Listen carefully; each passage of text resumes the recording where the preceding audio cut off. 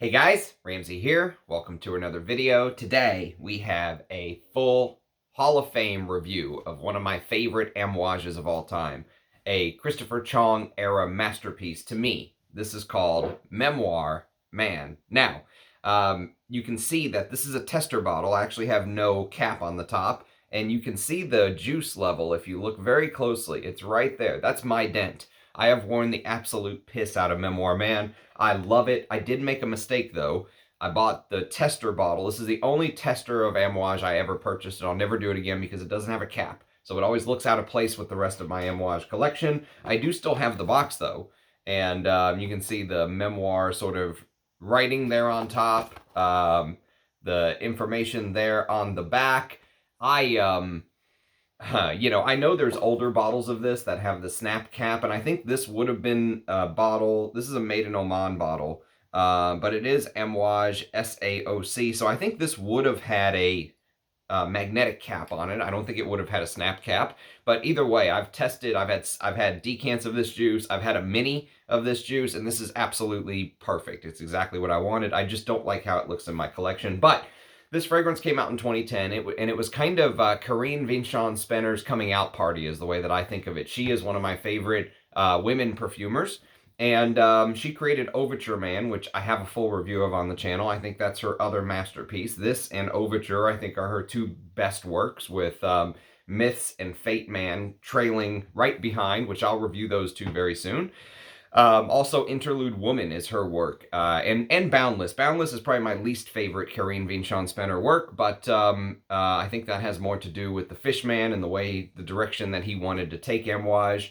Interlude Woman is one that's on my full list from her, and she also did Figment Woman, which I don't own, but I have smelled, and it's really good, and she did Library Collection Opus 3, which I have a full review of the channel on that as well. So, today we're going to be talking about Memoir, and it's funny because some people ask me, when you do these reviews, how do you come up with what to say and stuff like that? And a lot of times I'll tell them, sometimes I just have to kind of hit play and start talking. Sometimes the words just have to come out of you, you know what I mean? This is one where I really had to prepare for, and I've been preparing for a long time. You can see like I said, the dent I've put in it, probably 60%, 65% left of that bottle. And that's my dent. I did not buy a partial. This was full. So this fragrance is categorized as a woody, spicy. Amouage, the website of Amouage, I think overlooks this fragrance. They kind of push it to the side. If you go to the Amouage website and you go to perfumes and hit men's fragrances, it'll show the first 12 fragrances. This isn't even on there. You have to click like show more. It's still not on there. You have to click show more again. It's all the way at the bottom next to Honor Man, right? And here's how the Amouage website describes it. A fougere woody, which I actually don't think this is a fougere. Maybe it has fougere elements. It does have lavender, but just having lavender does not make a fougere. This is more than just that, in my opinion. And here's the description from the Amouage website. This is literally what the website says. This is a woody and leather fougere fragrance inspired by the somber mood of an existential journey. Both alluring and philosophical, this fragrance defies conventions and moves beyond sense and reason. Not a very good blurb, in my opinion. This fragrance deserves to be exalted much more than that. I don't know if maybe it's just because the Fishman is a little jealous of Christopher Chong's work or what, but this needs to be pushed much higher than the bottom page of the website, in my opinion. So let's talk about what this is and why this is so special. So first of all, I don't give ratings, but the opening on this is absolutely brilliant. And I don't have a fresh opening. I've got about a 3-hour dry down, 4-hour dry down right here. The dry down is really sort of where it's at with this fragrance, but I love both. I love the opening and I love the dry down, but I don't rate fragrances, but I will say that this is an absolutely 5-star opening. It is brilliant. If you like complex fragrances, complex openings, if you have some sort of experience with fragrances, this opening will stun you, okay? Because it has this medicinal green Artemisia, and the Artemisia here is done in the wormwood style. So just imagine this sort of, I think technically Artemisia and wormwood are the same thing, but I think the name wormwood defies what you're smelling here. Sort of defines what you're smelling here better than Artemisia. Many people hear Artemisia, they think about vintage masculine perfumery, and there is some of that here. But just imagine wormwood sort of dipped in this licorice-smelling boozy syrup, okay? and dropped in a glass of absinthe, right? And so just think about this imagery, dropping it in this glass of absinthe. Think about the kids from college at a college bar doing Irish car bombs. Do kids still do Irish car bombs? Imagine dropping the shot into the sort of, cream, the Irish cream, right? Just imagine dropping it, but imagine it being that medicinal green Artemisia. And it's slightly sweetened. And if you've never heard me describe Memoir Man previously, my description for it is like the website says, pretty philosophical, because Memoir Man always reminds me of driving through like this ancient forest in a Ford Model T with the top down, and you're high on LSD. The forest is whizzing past you, right? And you are stoned on LSD, watching the trees and the movement and the wind and the smells all blur together. There is this almost like reading a Dr. Seuss book element to it. You know how Dr. Seuss has the weird trees and the strange creatures and all that stuff? It really is being a stranger in a strange land. This fragrance has this exoticism to it. There's something very exotic to it. And the fact that this is Corinne Wienschan-Spenner's first fragrance, like her coming out party for Amouage, really is something, I think, to behold. It's really something special. I think that, this really set her on the path that she is currently on. And the reason I say high on LSD is that no matter how good or how proper, right, I'm able to describe each scent, each note, each transition in Memoir Man, no matter how wonderful I tell you how meticulously crafted each and every appearance and disappearance of a note, the journey, literally you're on that highway driving through the ancient forest. Each appearance and disappearance of a note, like different trees and different plants and all of this whizzing past you. I could never describe sort of the foreign feeling of this scent. This scent evokes this alien smattering of notes, this smearing of notes together in a way I've never smelled before in all of my fragrances. Every single one I've smelled, Memoir is unique to me. I've never smelled anything like it. And if you're someone who has smelled hundreds, thousands of fragrances over time, you get to a point where the similarity in what's being used between the houses, the big oil houses smelling drums and gallons of the same aroma chemical to this house as that house, starts to get boring, right? And so this is a fragrance that instantly challenges you from the beginning, but in a good way. I think that newcomers of this scent, a lot of times they will smell this and go, nope, and just give up on it. I always tell people, your nose changes as time goes on. It's not like I'm sitting here, oh, I'm so sophisticated. No, I mean, literally, your nose changes. If you smell this and you don't like it and you put it aside and come back to it 3 months later and you still don't like it and you come back to it and put it aside and smell it 6 months later, I can almost promise you at one of those points, 3, 6, 9, 12 months later, you're going to smell it and you're going to understand it. There's something that clicks with the nose and the brain as you smell these very complex fragrances. This opening that's why I say it's an absolute 5-star opening for me, because already when you spray, let's say 10, you know what, screw it. I'm going to do a fresh spray just because I love this fragrance so much. And I mean, look at this. So even though it's going to overshadow the dry down here, I'm going to do it because, oh man, that minty, there's a little bit of this like anise quality in the opening that, but unlike any anise you've ever smelled. And what's crazy is 10 to 15 minutes in, so already you get that slightly sweetened, boozy, sort of green. It's mint, basil, tarragon, and absinthe. Those are the 4 green notes that hit you in the opening. But like I say, very foreign.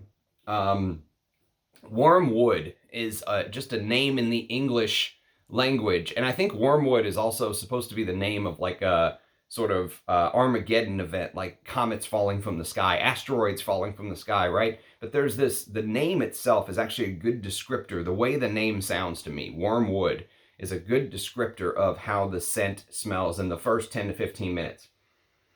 It's just beautiful. You'll come to love it. Even if you struggle with the opening at first, you will come to absolutely adore the opening.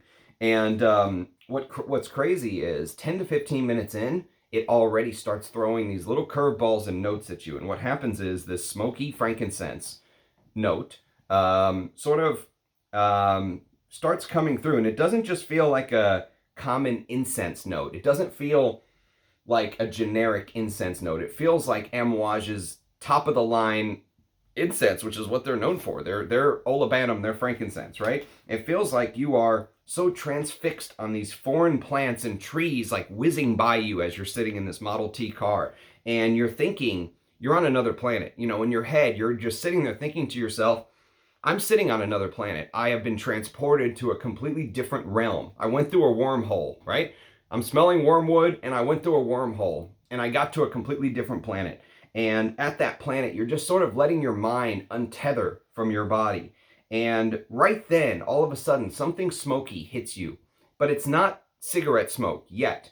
This tobacco actually comes later in the fragrance. Right now, what ends up hitting you is this very clean, but extremely high quality incense. This frankincense, this clean burning olibanum hits you. It's almost like you are vaguely wondering if the person driving the car next to you is lighting some frankincense, you know, to get the mood in the car as you're driving through this ancient forest, right? Just imagine him smoking a cigarette without actually it being a cigarette. Imagine it being like clean burning olibanum. And what's crazy is that tarragon note, and see, I'm getting it right now, even a couple minutes in, there's this resinous undertone to the fragrance, but it's so, it's like all of the different colors of green. Like, imagine just every different color, shade of green you can imagine just blended together, right? Into sort of, into one smell. But you can also sort of pick out all the different colors of green that you're smelling. And so that tarragon note is known for giving this anise-like smell. But I don't want you to think anything, it's really nothing like the anise in Azzaro pour Homme. Other than this has lavender and anise, they're completely different. And I think that's why I think Amouage, the website, referred to it as a fougere. It has vintage fougere touches, but the brilliance of this fragrance is it sort of harkens back to traditional perfumery, but it takes it in a way you've never smelled before. You've never smelled any execution of these type of notes in this order, in this style. Stylistically, Memoir Man is unique. That's why I think it's really a masterpiece. But I think there's a lot of people that will smell this and go, masterpiece, you're out of your damn mind. This is absolutely disgusting. But that's why I say you have to give this fragrance time. This is one of those growers, potentially. And even as much as I've experienced this fragrance and worn it, sometimes I'll wear it and I'll pick up things that I've never picked up before.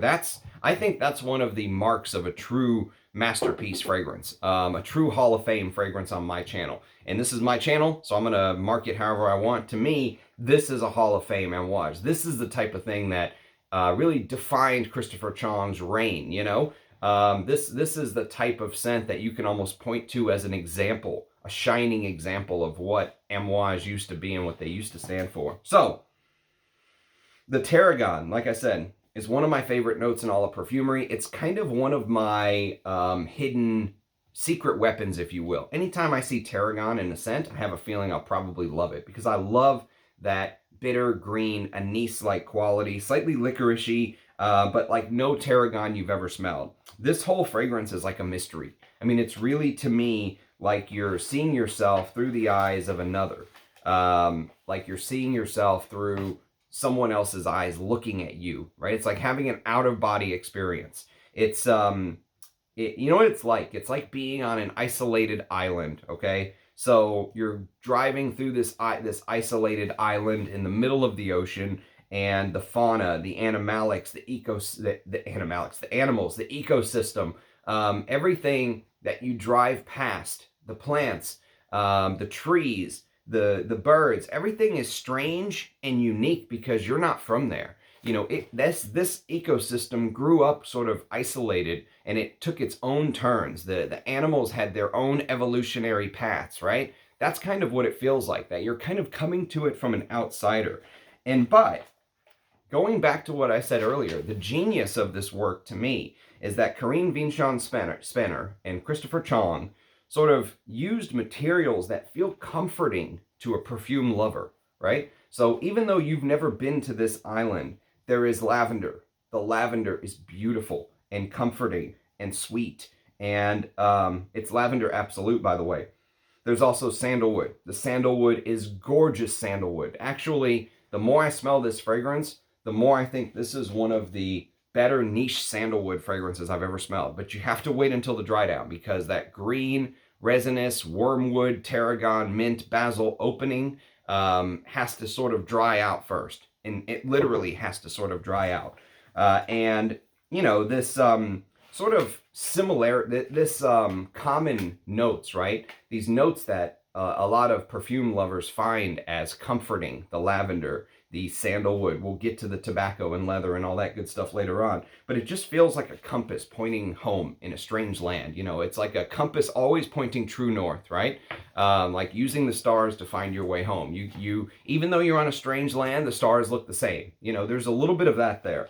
And you know what? It's really like being on Madagascar. Madagascar is a great example of kind of what I'm talking about, because all the animals look different. Take like the birds there, right? The birds all look weird and they have strange, you know, horns, strange feathers, strange this, that. But the basic anatomy of the bird you can recognize. You know, they have wings, they fly. You may see the birds that can fly very long distances. They have huge wingspans, right? But they may look strange to the birds that I see out my window. It's not a mourning dove, it's not a sparrow, but it's still a damn bird, right? There's something archetypal about it. There's this archetype, this basic understanding of what it is, and that makes you feel comfortable. And so that green opening, as I discussed earlier, mint, basil, tarragon, absinthe, loses some of its tangy sort of depth, right? And it gives way to this earthiness of being on the ground. It's almost like you were seeing the island from the air. Have you ever seen the advertisements of Alain Delon Iquitos? It's almost like flying over a jungle, like a plane flying over a jungle, right? This is almost like you sort of get that high-level overview of the terrain, and then as the fragrance dries down, it's like you're parachuting down to earth. And just imagine standing on your own 2 feet on the island. You can touch the trees. You can feel the soil, right? There is that there is that unmistakable realism of being there yourself. Nothing beats being there yourself, putting your hands in the soil, touching the plants, touching the trees, smelling the local, you know, flowers and stuff like that, right? That's what, as it continues to dry down, it really feels like to me. And that bitter wormwood sort of gives way, to me, to one of the most complex, gorgeous dry downs I've ever smelled. And I really feel like it sort of goes in this insane, you know, I kind of give Prin Lamros a hard time for having these insane shock value openings, right? And it's true. I really don't like many of his fragrances. I just mentioned it because yesterday I reviewed a fragrance called Veruc, and it felt like there was actually some synergies between the top and the base, which a lot of his fragrances don't feel that way to me. But I really did like Veruc. This one feels like they've taken the time to try and master every little bit of the fragrance blending. That bridge between the top and the base just feels masterfully crafted. Everything in this fragrance feels like you're smelling the highest quality ingredients with the most meticulous crafting, right? That's kind of really what it feels like to me. And so this comforting feel, of course, is obviously there. And that bitter wormwood gives way to that gorgeous dry down to me. And it really feels more traditional than the very insane top. And so what I mean by that is it's almost like, so I mentioned earlier, this fragrance feels like you're driving down this highway high on LSD, right? Now, I've never done LSD, but I just imagine this trip that you're coming on. It almost feels like once you get into the dry down, that you're coming down off of that trip, right? You're not high off of LSD anymore, but you can still feel the side effects. You know, the plants, as the hours go by, the plants don't seem as smeared. They don't seem as blurred. You know, when you turn your head, you're a little bit more sober, right? Everything feels like you're kind of coming back down to reality, like you're parachuting back down onto the ground. You're not up in the sky anymore. But you can still feel the after effects, right? That sort of smeared, tangy, green, sort of anise green but bitter wormwood opening thing is still kind of lingering, but everything feels more realistic. Now, by this point in the fragrance, as the hours begin to tick by, right? So now we're talking 2-3 hours. We're going into the dry down now.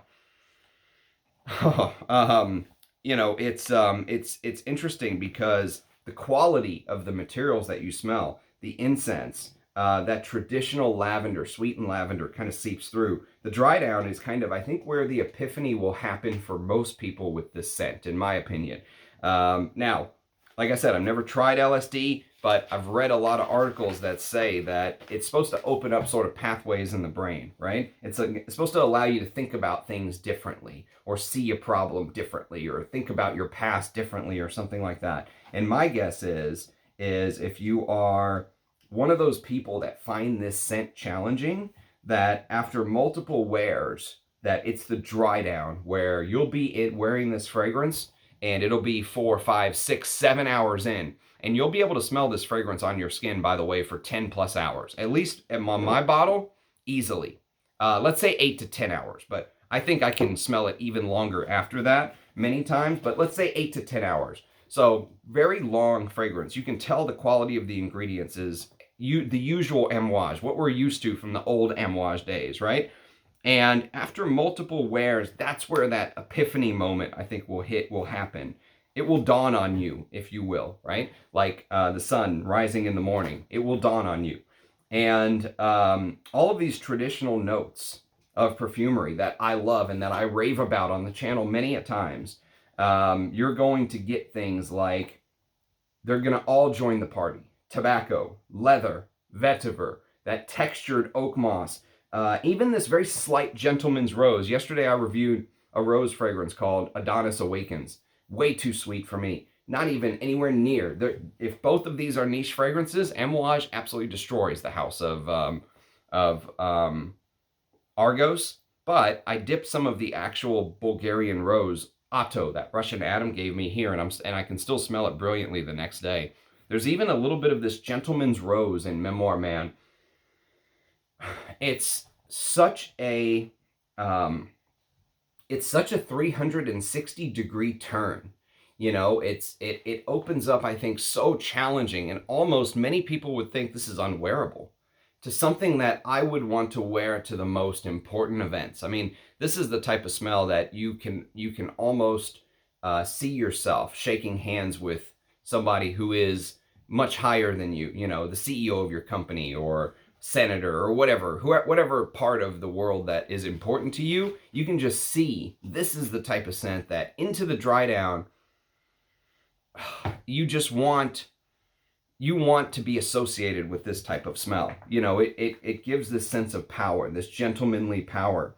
And it's funny because if you look up if you want kind of an image of where I was going with the whole high on LSD, driving down the highway, seeing the trees fly by you, look up the thumbnail of a movie from the 90s called Fear and Loathing in Las Vegas, where it almost looks like he's looking through this distorted glass. You know, his neck's all skinny, his head is huge, his glasses are this big, you know, the background is all sort of smeared. That's the feeling. The city lights are going in his glasses. You can see sort of the light smearing. But imagine that imagery. He's got a cigarette out of his mouth. Imagine that imagery, but in this ancient forest, right?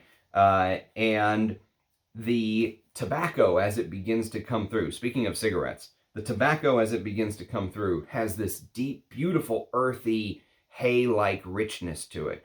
It's beautiful. What I really love about this fragrance is once you get into that dry down, you can start picking these notes in a way that for something so well blended, you never would be able to. Sometimes you'll smell the earthy tobacco, and sometimes you'll smell the leather. The leather will feel like the leather seats of the Model T that you're sitting on. Sometimes you'll feel the vetiver, the earthiness. That's what adds that earthiness of the forest floor I was mentioning earlier. Sometimes you'll feel that textured oak moss, like literally running your hand on a tree, right? And even that slight gentleman's rose.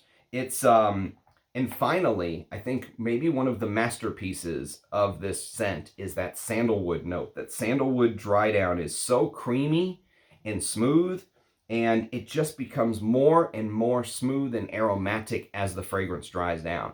It becomes more and more gentlemanly. It's almost like that shot of absinthe, right, that you dropped in there, like your Irish car bomb.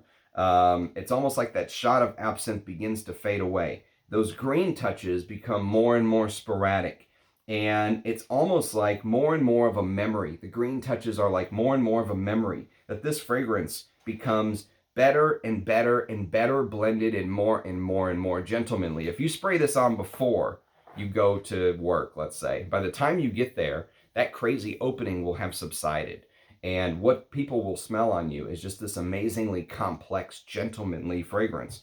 And, you know, it really feels like the sun is coming up on our little island I was discussing, and it's just warming everything up. You know, the sun has sort of dried out that mossy green bit in the top, the strange tangy green, bitter artemisia. It's all sort of dried out by the warmth of the sun. And it feels warm, like the sun on your face, right? You know, there is this, you look over to your driver now, and now he actually is smoking a cigarette. And it's not just burning the olibanum. That the smokiness from the tobacco starts to kind of come through and blend with the smokiness of the olibanum, and you can't tell where one starts and one finishes. Sometimes it feels like there is this olibanum incensey bit into the dry down.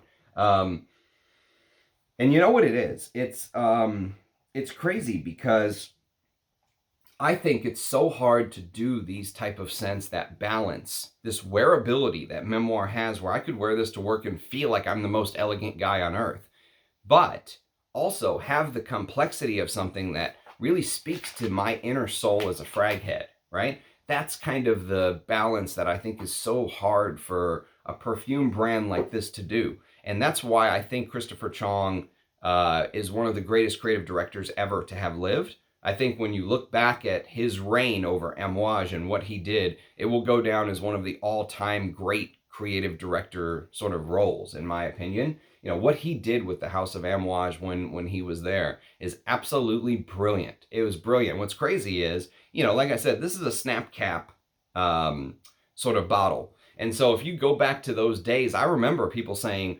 oh, everything's ruined and reformulated, and I want to go back to how the snap cap, not the magnetic cap. You know, now the magnetic cap is all shit, it's reformulated. People didn't realize what they had at the time. They didn't really realize true reformulation or what was going to happen in the future, the path Amouage was going to take down the road. And they didn't appreciate when Christopher Chong was still there putting out these little masterpieces. And so it's funny because as the fragrance dries, it just feels like it becomes warmer and warmer. And I think that warmth is really from the sandalwood and the amber coming together. There's this ambery sandalwood-like dry down. And, you know, it's almost like at the end, right? You've gone through your journey and you're sitting in your office, right? You've got your little notepad out and you're going to write about it. You're going to write about your experience that you just experienced. You took LSD, you traveled through the forest, you saw these amazing sights, you smelled these amazing things, and it's almost like writing about a dream. You know, this fragrance feels weird and dreamlike. You know, it feels like you're coming in and out of consciousness. You know, and just imagine that you have to write your memoirs remembering something that almost like it happened to someone else. Almost like, you know, thinking about your childhood now as an adult, right? It feels like it happened to someone else, right? That's almost what the feeling of this fragrance gives you. It gives you this strange sense of, you know, this, you know, like being torn in half, like your mind is just being split, and half of you is over here and half of you is over here. You know, like you have a twin. Like I said, it's almost like looking at yourself from the outside in, right? You know, like someone else looking at you instead of you looking out of your own eyes. There is this insane feeling about this fragrance. It's so artistic and it's so sort of well put together and thought about, and it gives you wearability in the dry down, but that interesting sort of complexity that frag heads demand. And I've never smelled anything like this ever. Zero. Even this came out in 2010. It's 2024. 14 years later, which is crazy to think about, but 14 years later, and I have never, not once, not even anything close to this have I ever smelled. At least not that I can think of. If you all know anything, let me know. But I can't think of a thing that smells like Memoir Man to me. So I think that opening is what is really going to, you have to kind of push through it if you're a newbie. Get into the dry down. Let some of those notes like leather and tobacco and amber and vetiver and especially that sandalwood dry down, let all of that come to you and see how beautiful it is. And then pretty soon you'll go from maybe hating the opening to loving it. It is, I think that this is the type of perfumery that fragheads sort of aspire to. You know, we want to wear this type of perfumery. That's one of the reasons I love having a channel like I currently have, because I woke up today. It's Martin Luther King Day here in the United States, right? It's January the 15th. It's freezing outside, literally. We got a little bit of snow. Didn't stick though. But it's a day off of work. And, you know, I just said, today's the day. I've been owning this bottle for, I don't know, 4 or 5 years. And I woke up today and I said, today's the day I just wanted to wear Memoir. And you know what? You could wear this in 12-degree weather like we have here in Texas where it's freezing. 12 degrees Fahrenheit, by the way. And you could wear it in the spring. You could wear it in the summer. You could wear it in the autumn. This could easily be a signature scent. And I really think that this and Overture Man are Corinne Vinchon-Spenner's best work. Kind of her first work with Christopher Chong and her last work with Christopher Chong, if you will.